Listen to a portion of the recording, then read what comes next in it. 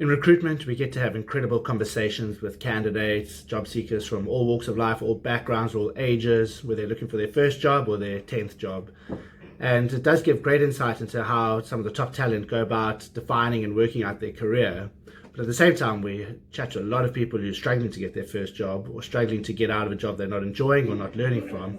And these are people what we call lonely job seekers. These are people who become a little bit desperate, a little bit anxious, and sometimes quite despondent. So I want to talk a little bit about what I call the lonely job seeker.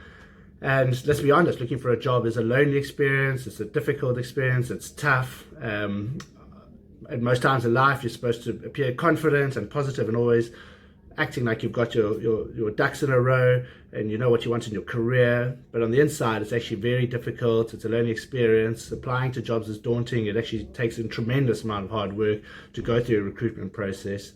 And you start by looking around, putting some feelers out, speaking to some recruiters, applying to a couple of jobs, chatting to your network, chat to your family and friends. And this is where the first problem starts, is that the more people you start telling about you being a job seeker or in the career market, the more people you have to answer to. And you have to put on a brave smile every time they say how the interview is going, how many jobs have you applied for.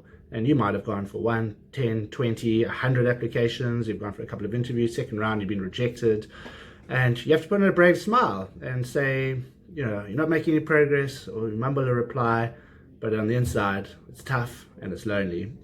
And I've seen job seekers start doubting themselves in this process, and they don't get any positive feedback. And they ask themselves, am I smart enough? Is my CV good enough? Should I pay 1,000 Rand to get my CV to a professional standard?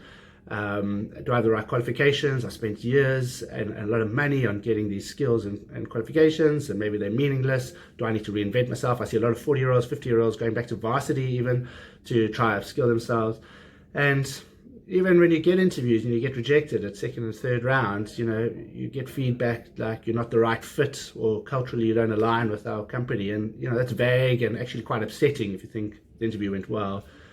So depending on the circumstances, a lonely job seeker can become a desperate job seeker, and you will come across as just that. You will come across as desperate in an interview, and you can easily botch up your opportunities, even if you're the best candidate for a role. So I would strongly advise the next time you start looking for a job or just considering it, keep it to yourself. Maybe just your immediate family, your spouse, your partner. You don't need to go and tell all your friends. You don't need to put it on Facebook or LinkedIn or anything like that. In my opinion, it's actually no one else's business. It's no one else's agenda that you are potentially looking for a new role.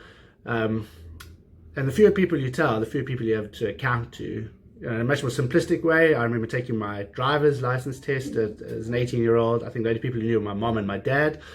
One of them had to drop me off at the test, and I passed. And then I told my friends that I'd passed. But I didn't fail on the day and have to go now tell 100 people, how did it go? And I failed. And so there was no pressure for me to make up excuses.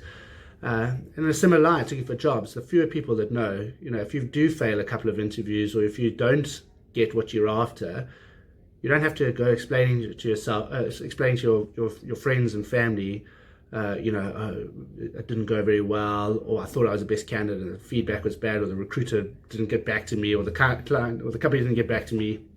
It's just no one else's business.